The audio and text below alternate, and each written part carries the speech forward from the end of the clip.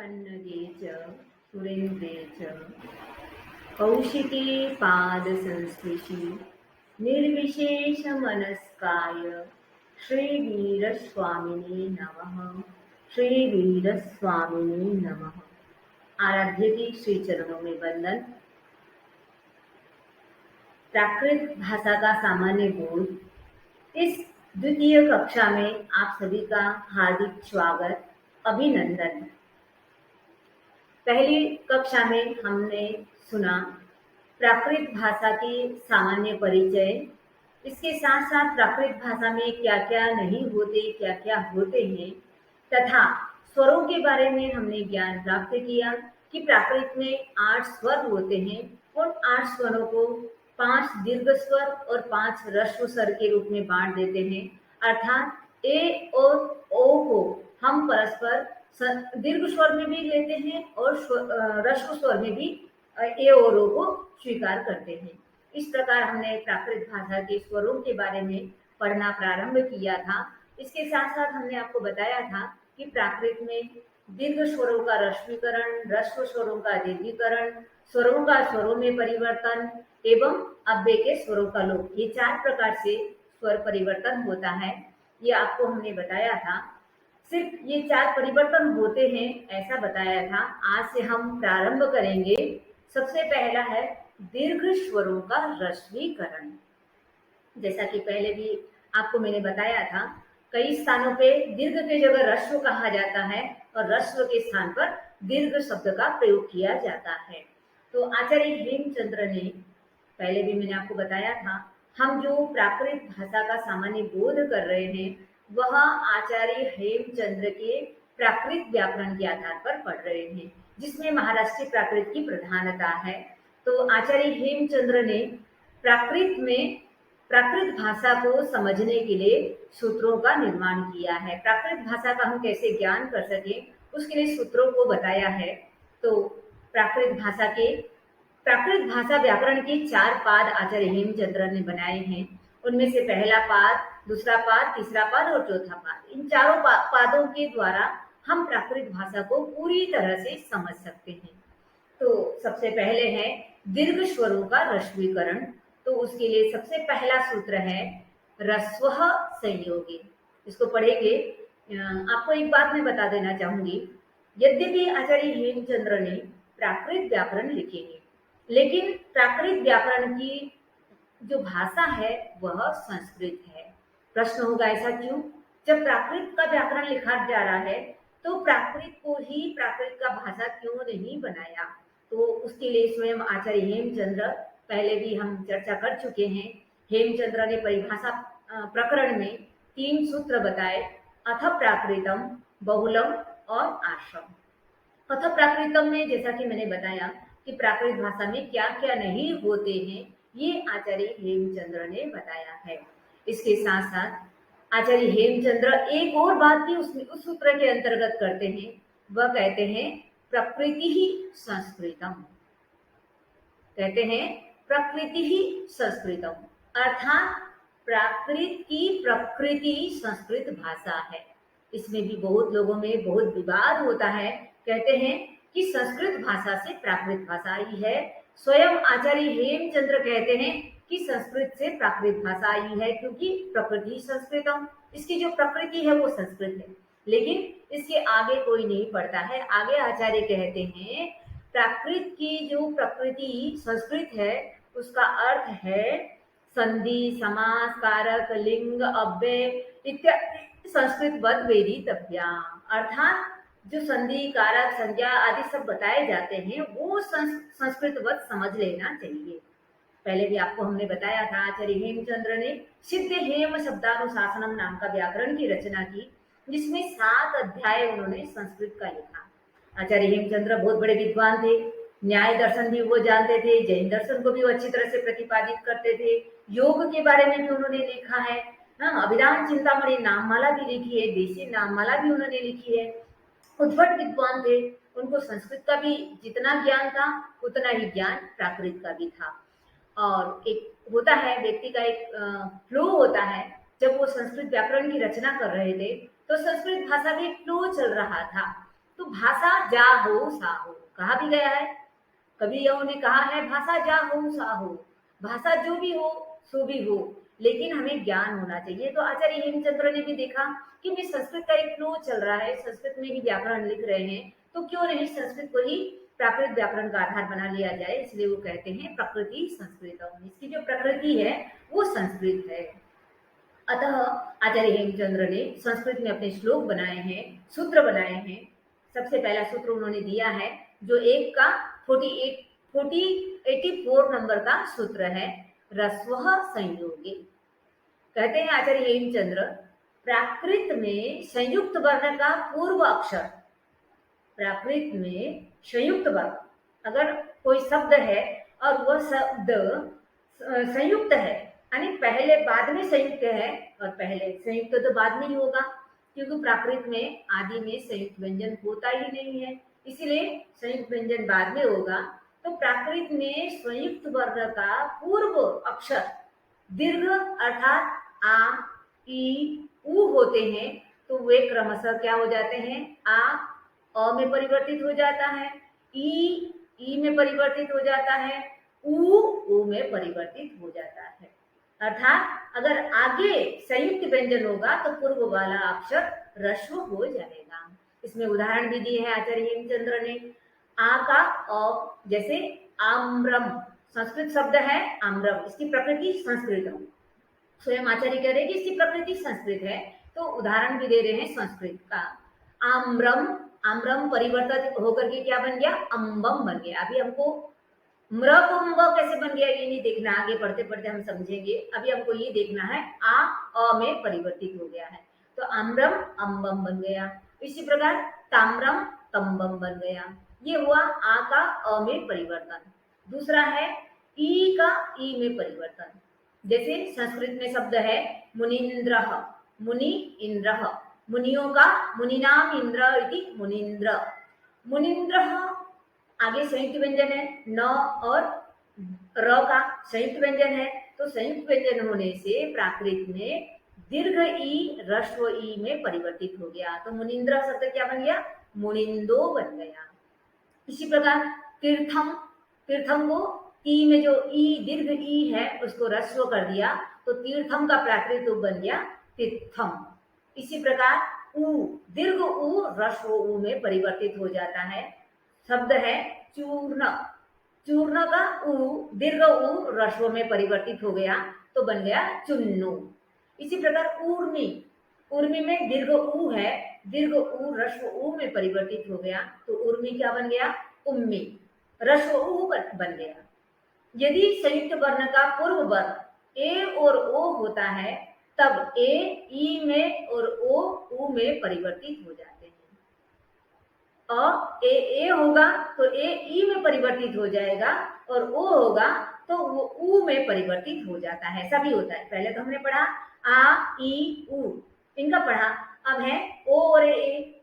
ओ ए को भी दीर्घ स्वर माना गया है, ह्रस्व स्वर में भी आते हैं, ह्रस्व स्वर के रूप में भी प्रयुक्त होते हैं और दीर्घ स्वर के रूप में भी प्रयुक्त होते हैं, लेकिन प्राकृत में अगर संयुक्त व्यंजन है तो ये ह्रस्व के रूप में हो जाते हैं। तो ओ उ बन जाता है, ए ई बन जाता है। यथा नरेंद्र, संस्कृत रूप है नरेंद्र, प्राकृत में ए ई बन जाएगा तो क्या बन जाएगा, नरेंदो। और ओ उ बन जाएगा, उसके लिए उदाहरण है नीलोत्पलम। संस्कृत है नील उत्पलम नीलोत्पलम, जो नीलो में ओ है वह उ में परिवर्तित हो जाएगा, तो प्राकृत में क्या बन जाएगा, नीलुत्पलम, ऐसा परिवर्तित हो जाएगा। तो ये स्वरों ह्रस्व यानी स्वर के परिवर्तन का पहला हुआ दीर्घ स्वरों का ह्रस्वीकरण। सूत्र एक ही है, ह्रस्व संयोगी। हमें सिर्फ एक सूत्र याद रखना है कि प्राकृत में आगे संयुक्त व्यंजन होगा तो पूर्व वाला यदि दीर्घ है तो वह ह्रस्व हो जाएगा। तो पहला हुआ दीर्घ स्वरों का ह्रस्वीकरण। अब दूसरा है ह्रस्व स्वरों का दीर्घीकरण। ह्रस्व है और वह दीर्घ हो जाएगा, तो उसके लिए आचार्य हेमचंद्र ने एक सूत्र दिया है, लुप्त य र व स स साम स स साम दीर्घ। इसका उच्चारण होगा लुप्त य र व स स साम श श शाम दीर्घ। ये भी पहले पाद का ही 43वां सूत्र है। आचार्य हेमचंद्र कहते हैं प्राकृत में संयुक्त वर्ण में एक वर्ण का लोप होने पर पूर्व स्वर दीर्घ हो जाता है। हम ये जब व्यंजन पढ़ेंगे तब व्यंजन में पढ़ेंगे, पहले भी मैंने बताया था प्राकृत में भिन्न वर्गीय संयुक्त व्यंजन नहीं होते हैं। तो भिन्न वर्गीय संयुक्त व्यंजन में से एक व्यंजन का लोप किया जाता है, इसके बारे में भी हम विस्तार से बाद में पढ़ेंगे। अभी हमको ये समझना है कि एक संयुक्त व्यंजन का लोप होने पर पूर्व वाला स्वर यदि ह्रस्व है तो वो दीर्घ हो जाता है।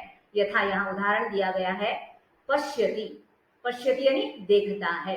पश्यति का प्राकृत रूप बनता है पासई। हम वाक्य बनाएंगे शो पासई सा पासई, वह देखती है वह देखता है। तो पश्यति को पश्यति शब्द संस्कृत का है और इसका प्राकृत रूप है पासई। तो पश्यति में य का लुक हो जाएगा, य का लुक होने से श बचेगा, तालव्य स को भी दंत्य स बना देंगे। पूर्व में मैंने आपको कहा था तालव्य स प्राकृत में नहीं होता है, तो तालव्य स दंत्य स में परिवर्तित हो जाता है और य जाने के बाद स पूरा हो जाता है, तब प पा में परिवर्तित हो जाता है। तो प्राकृत रूप पश्यति का पासई बन जाता है। इसी प्रकार दूसरा उदाहरण शिष्य, शिष्य का य लोप हो जाएगा तो क्या बन जाएगा शीशो, शिष्य का प्राकृत में रूप बनेगा शीशो। तो उसके लिए भी दीर्घ स्वरों का ह्रस्वीकरण और ह्रस्व स्वरों का दीर्घीकरण, दोनों के लिए एक एक सूत्र आचार्य हेमचंद्र ने बताया। ह्रस्व संयोगी और दूसरा सूत्र लुप्त य र व स स साम दीर्घ। अब तीसरा जो नियम है स्वरों का स्वरों में परिवर्तन, ये बहुत इंपॉर्टेंट है। हमने आपको सबसे पहले बताया था प्राकृत में री स्वर नहीं होता है, री स्वर प्राकृत में नहीं होता है। तो री स्वर का प्राकृत में मुख्य रूप से 3 रूप में री स्वर परिवर्तित हो जाता है। तो री, एक तो री अ में परिवर्तित होता है, दूसरा री ई में परिवर्तित होता है, तीसरा री उ में परिवर्तित हो जाता है। तो पहला री अ में परिवर्तित होना, इसके लिए आचार्य हेमचंद्र ने एक सूत्र बनाया है ऋतोत, ऋतोत सूत्र बनाया है, यानी री को अ हो जाता है। जैसे उदाहरण दिया घृतम, घृतम का बन गया घयम, कृतम का बन गया कयम, वृषभ का बन गया बसहु, मृग का बन गया मओ।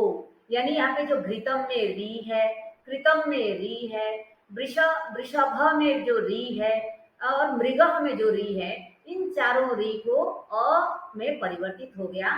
तो घयम कयम बसहो मऊ, इस प्रकार ये री अ में परिवर्तित हो गया, यानी ऋतोत, सूत्र है ऋतोत। दूसरा है री ई में परिवर्तित हो गया, इसके लिए आचार्य हेमचंद्र ने सूत्र बनाया इत कृपादौ, इत कृपादौ, अर्थात कृपा आदि शब्दों में रहे हुए री ई में परिवर्तित हो जाते हैं। जैसे कृपा, कृपा का री ई बन गया तो कृपा का प्राकृत में रूप बन गया कीवा।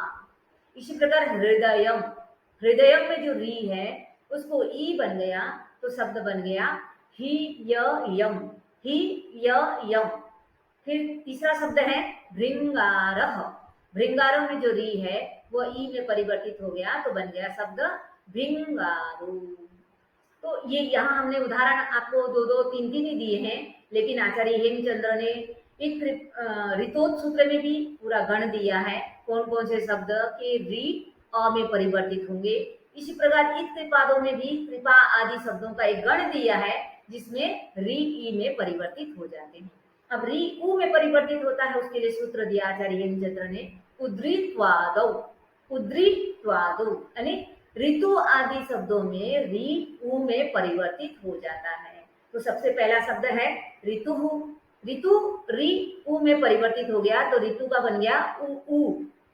दूसरा है पृष्ठ, पृष्ठ में जो री है वो उ बन गया तो पुट्ठो बन गया। तीसरा शब्द है पृथ्वी, तो पृथ्वी का री उ में परिवर्तित हो गया तो पुहई। चौथा शब्द है वृत्तांतः, वित्तंतो, वृंदः, बुंदम, ये सारे शब्द हैं जो री ऊ के रूप में परिवर्तित हो गए। और कभी कभी क्या होता है, री, जो री स्वर है वह री यानी ई की मात्रा और र, री शब्द भी बन जाता है। जैसे रिद्धि, रिद्धि का रिद्धि, रिक्षः का रिक्षो, ऋषि का ऋषि, जो आजकल हिंदी में भी इसका प्रयोग होता है। ऋतु लिखते हैं तो भी ई की मात्रा और र लिख करके ऋतु लिखा जाता है। तो प्राकृत भाषा में भी इसका प्रभाव देखने के लिए मिलता है। अब लिखा गया है कभी कभी री के स्थान पर आ, ए और धी, क्योंकि प्राकृत भाषा जन भाषा है तो कभी कभी री आ में भी परिवर्तित हो जाता है, ए में भी परिवर्तित हो जाता है और धी में भी परिवर्तित हो जाता है। जैसे आ का उदाहरण दिया कृषा का कासा, मृदुकह का माउकम, गृह का ए का दिया उदाहरण गृहम का गेहम, धी का उदाहरण दिया आद्रितः, यहाँ शुद्ध लिख गया है आद्रितः का आधियो बन गया। तो संस्कृत का ऋकारांत शब्द प्राकृत में 3 प्रकार का होता है और भी परिवर्तन हो जाता है। कभी कभी री और के रूप में परिवर्तित हो जाता है, कभी आर के रूप में परिवर्तित हो जाता है और कभी ऊ के रूप में परिवर्तित हो जाता है। जैसे संस्कृत का पितृ शब्द है, वो पितृ शब्द पियर, पीयू इस प्रकार परिवर्तित होकर के बन जाता है। और भ्रातृ शब्द का आर हो जाता है तो भायार बन जाता है। तो इस प्रकार स्वरों में परिवर्तन प्राकृत में देखने के लिए मिलता है। अब है अव्यय के स्वरों का लोप। अव्यय के स्वरों का लोप आप जानते हैं अव्यय होते हैं, अव्यय का मतलब है जिसका कोई व्यय नहीं होता, जिसमें कोई परिवर्तन नहीं होता है। संस्कृत में अव्यय के लिए एक श्लोक आता है, सदृशम त्रिषु लिंगेषु सर्वासु च विभक्तिषु वचनेषु च सर्वेषु यन्न वेति तदव्ययम्, अर्थात जो तीनों लिंगों में, तीनों विभक्तियों में, सभी वचनों में जो समान रहता है, यानी कितना भी वाक्य किसी भी रूप में आ जाए लेकिन वाक्य के शब्दों में और शब्दों में परिवर्तन हो सकता है, लेकिन अव्यय में कोई परिवर्तन नहीं होता है। अव्यय जैसा है वैसा ही रहता है, तो उसे कहते हैं अव्यय। तो प्राकृत में क्या होता है, अव्यय के स्वरों का लोप हो जाता है। तो पहला है पद से परे अपि अव्यय के आदि अ का लोप विकल्प से होता है। देखो विकल्प, दूसरा सूत्र मैंने परिभाषा का बताया था बहुलक। बहुलक का मतलब है क्वचित प्रवृत्ति, क्वचिदप प्रवृत्ति, क्वचित विभाषा, क्वचिदन्य देव, यानी कहीं प्रवृत्ति होती है, कहीं प्रवृत्ति नहीं होती है, कहीं विकल्प से होती है। तो यहाँ पे विकल्प, जो अव्यय के स्वरों का लोप हो रहा है इसमें विकल्प से हो रहा है। जैसे शब्द है केन अपि, केन अपि, केन अपि संस्कृत का शब्द है केन अपि, अपि शब्द अव्यय है, अपि यानी भी, कोई भी, किसी के द्वारा भी, तो अपि के अ का लोप हो गया तो शब्द बन गया केणाभि, केणाभि भी बन सकता है, केणाभि भी बन सकता है। इसी प्रकार जना अपि, जना अपि में अपि के अ का लोप कर दिया तो जनाभि ऐसा शब्द बन गया। अब पद से परे इति अव्यय के आदि ई का लोप होता है। पद से परे इति अव्यय, इति यानी समाप्त, खत्म, एंड, उसके अव्यय के आदि ई का लोप होता है। जैसे तह प्लस इति, तह इति तथा, संस्कृत में बनता है तथा इति, तो उसको क्या बन जाएगा, ई का लोप कर देंगे तो तहति। फिर इसी प्रकार पुरुषो इति, पुरुषो इति में ई का लोप कर दिए तो पुरुषोत्ति। 2 नियम हो गए। उसके बाद तीसरा नियम है सर्वनाम संबंधी अव्यय के स्वरों से परे सर्वनाम और अव्यय का स्वर हो तो आगे वाले पद के आदि स्वर का लोप हो जाता है। एक शब्द है सर्वनाम, आप जानते हैं नाम के बदले में जो प्रयोग होता है उसे सर्वनाम कहा जाता है। तो सर्वनाम संबंधी अव्यय के स्वर, सर्वनाम संबंधी जो स्वर होगा, अव्यय होगा या स्वर होगा, तो उनके क्या हो जाता है, लोप हो जाता है, आदि स्वर का लोप हो जाता है। यथा अम्मे एथ, अम्मे एथ में क्या करेंगे, एथ के जो ए है उसका हम लोप कर देंगे। एक बार अव्यय का लोप होगा, एक बार सर्वनाम का लोप होगा। एक बार अव्यय के स्वर का लोप होगा, एक बार सर्वनाम के स्वर का लोप होगा। अम्मे एथ, एथ में जो ए है उसका लोप कर देंगे तो क्या बन जाएगा, अम्मेथ। इसी प्रकार दूसरा उदाहरण, जई अहम, पहले अव्यय है, बाद में सर्वनाम है, तो अहम के अ का लोप कर देंगे तो जई हम बन जाएगा। अब चौथा उदाहरण दे रहे हैं, स्वर से परे इव अव्यय हो तो इव का ब हो जाता है, डबल ब प्राकृत में हो जाता है, और अनुस्वार से परे इव हो तो ब ही होता है। अनुस्वार से परे होगा, स्वर से परे होगा तो क्या हो जाएगा, ब डबल हो जाएगा, लेकिन अनुस्वार से परे होगा तो ब एक ही रहेगा। आदि स्वर का तो लोप हो जाएगा, लेकिन डबल नहीं होगा। जैसे स्वर इव, स्वर इव, तो स्वर में अ है तो इव का ई लोप हो जाएगा और ब को द्वित्व हो जाएगा, तो क्या बन जाएगा प्राकृत में, सरोब, सरोब। इसी प्रकार गेहम इव, गेहम में हम में अनुस्वार है तो इव में ई का लोप होकर के ब द्वित्व नहीं होगा, गेहम ब बन जाएगा। इस प्रकार हम प्राकृत के स्वरों के परिवर्तन के बारे में पढ़े, जिसमें चार प्रकार हैं प्राकृत के स्वरों के परिवर्तन। दीर्घ स्वरों का रश्मीकरण, ह्रस्व स्वरों का दीर्घीकरण, अव्यय के स्वरों का स्वरों में परिवर्तन, फिर अव्यय के स्वरों का लोप। जो अव्यय होते हैं उन अव्यय के स्वरों का लोप हो जाता है। अब हम पढ़ेंगे व्यंजन। स्वर, ये स्वर के बारे में सामान्य रूप से स्वर का अवबोध हमें हुआ कि प्राकृत में 8 स्वर होते हैं, और 8 स्वर होकर के भी जो बाकी स्वर बचते हैं उन स्वरों का क्या परिवर्तन होता है, और साथ साथ में जो स्वर हैं यानी जो प्रयुक्त हो रहे हैं उन स्वरों का स्वरों में भी परिवर्तन होता है, उसके बारे में पढ़ा। अब हम आगे पढ़ेंगे व्यंजन। व्यंजन, व्यंजन किसे कहते हैं, जो वर्ण स्वरों की सहायता से बोले जाते हैं उन्हें व्यंजन कहते हैं। स्वरों के बिना व्यंजन का उच्चारण नहीं होता है। स्वर तो स्वतंत्र होते हैं, लेकिन व्यंजन परिवर्तन होते हैं। बिना स्वर के व्यंजन का उच्चारण हो ही नहीं सकता है। सारे व्यंजन एक साथ मिल जाएंगे तो भी व्यंजन का उच्चारण नहीं हो सकता है, उसके लिए स्वर की अपेक्षा होती है। अब प्राकृत में कौन कौन से व्यंजन होते हैं उसके बारे में हम जानेंगे। संस्कृत में आप जानते होंगे, संस्कृत में 5 वर्ग होते हैं, जिसे कु, चु, टू, तु, पु वर्ग, यानी क वर्ग, च वर्ग, ट वर्ग, त वर्ग और प वर्ग। इस प्रकार 5 वर्ग माने जाते हैं। उसके बाद य, र, ल, व, श, स, ह, ये इस प्रकार व्यंजन माने जाते हैं। अब हमें देखना है प्राकृत में कौन कौन से व्यंजन होते हैं। पहला है क वर्ग। क वर्ग में प्राकृत में होता है क, ख, ग, घ। च वर्ग में प्राकृत में होता है च, छ, ज, झ। ट वर्ग में ट, ठ, ड, ढ, ण। त वर्ग में त, थ, द, ध, न। प वर्ग में प, फ, ब, भ, म। और फिर उसके बाद य, र, ल, व, ये होते हैं चारों। और जैसा कि मैंने पूर्व में ही आपको बताया था, प्राकृत में एकमात्र दंत स का प्रयोग होता है, तो दंत स और ह। तो आपने देखा सारे व्यंजनों को आप गिनेंगे तो कितने मिलेंगे, 29 व्यंजन। यानी क वर्ग में अपन ने पूर्व में आपको बताया था, अथ प्राकृतम में आचार्य हेमचंद्र ने कहा क, ख, ग, घ, ग। ग प्राकृत में नहीं होता है। इसी प्रकार च वर्ग में भी च, छ, ज, झ, य भी प्राकृत में नहीं होता है। यानी ग और य व्यंजन प्राकृत में सामान्यतया नहीं होते हैं।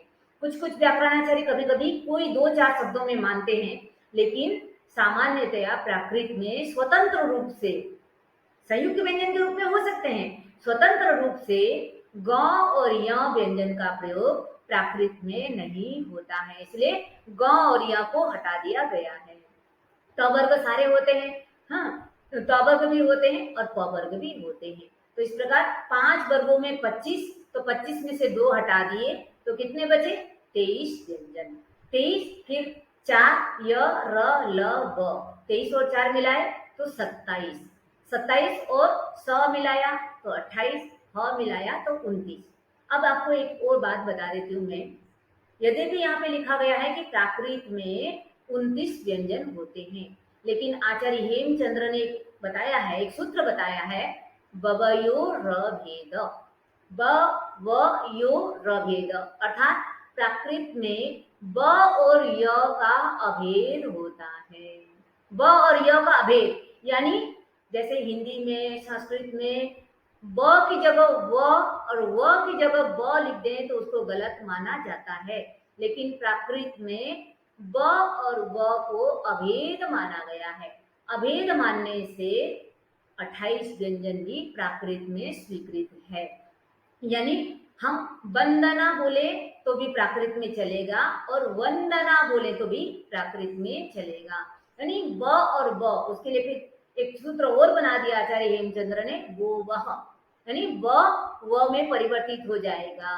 पहले बताया बवयोर अभेद, फिर कहा वो वह, यानी व में परिवर्तित हो जाता है। तो इस प्रकार प्राकृत में 28 व्यंजन भी मान्य है और 29 व्यंजन भी मान्य है। फिर अब है उच्चारण के अनुसार व्यंजनों को दो भेदों में बांट दिया जाता है। उच्चारण के आधार पर हम उच्चारण करते हैं क, ख, ग, घ। तो एक हुआ अल्प प्राण और दूसरा हुआ महाप्राण। जैसे आप क बोलते हैं, इसमें महाप्राण का उच्चारण नहीं होता है, केवल क, आराम से क बोलते हैं। लेकिन जैसे ही ख बोलते हैं वैसे ही महाप्राण, यानी जिसमें ह की ध्वनि का प्राण मिलता है उसे महाप्राण कहा जाता है। ख इंग्लिश में भी जब हम क लिखते हैं तो के लिखते हैं और ख लिखते ही के एच ख, तो एच यानी ह, ख में ह की ध्वनि होने से ये महाप्राण है। इस प्रकार घ, जी एच घ, यानी ज के साथ ह का उच्चारण होता है, इसलिए ये महाप्राण है। तो प्रत्येक पांचों वर्ग के दूसरे और चौथे जो व्यंजन है वह महाप्राण और पहला और तीसरा है वह अल्प प्राण व्यंजन कहलाते हैं। तो ये इस प्रकार हो गए 12 हैं। 12 तो महाप्राण हो गए, ख, घ, छ, झ, ठ, ध, ध, ध, फ, भ, स, ह, ये हो गए और इस प्रकार ये व्यंजन हो गए। अल्प प्राण भी आपने देख लिया, यानी क, ग, च, ज, ट, ड, त, द, प, ब, ये अल्प प्राण हो गए। इसके साथ साथ बाकी भी य, र, ल, व आदि भी ये अल्प प्राण ही होते हैं। अर्थात जिसमें ह की ध्वनि होगा वह महाप्राण और जिसमें ह की ध्वनि नहीं होगा वह नहीं, जिसमें ह की ध्वनि होगा वह महाप्राण और जिसमें ह की ध्वनि नहीं होगा वह अल्प प्राण कहलाता है। तो आज हमने पढ़ा कि ये 28 या 29 व्यंजन प्राकृत में होते हैं और उनको दो भेदों में बांट देते हैं, अल्प प्राण और महाप्राण। तो कुछ अल्प प्राण हो जाते हैं और कुछ महाप्राण हो जाते हैं। तो आज की हमारी कक्षा यही संपन्न होती है, जहां हमने स्वरों का परिवर्तन और थोड़ा सा व्यंजन के बारे में ज्ञान प्राप्त किया है। आगे हम फिर व्यंजनों में किस प्रकार व्यंजनों को और बांटेंगे, व्यंजन भी कैसे परिवर्तित होते हैं, इनके बारे में आगे के हमारी कक्षा में सुनेंगे। इन्हीं भावनाओं के साथ ओम आराम।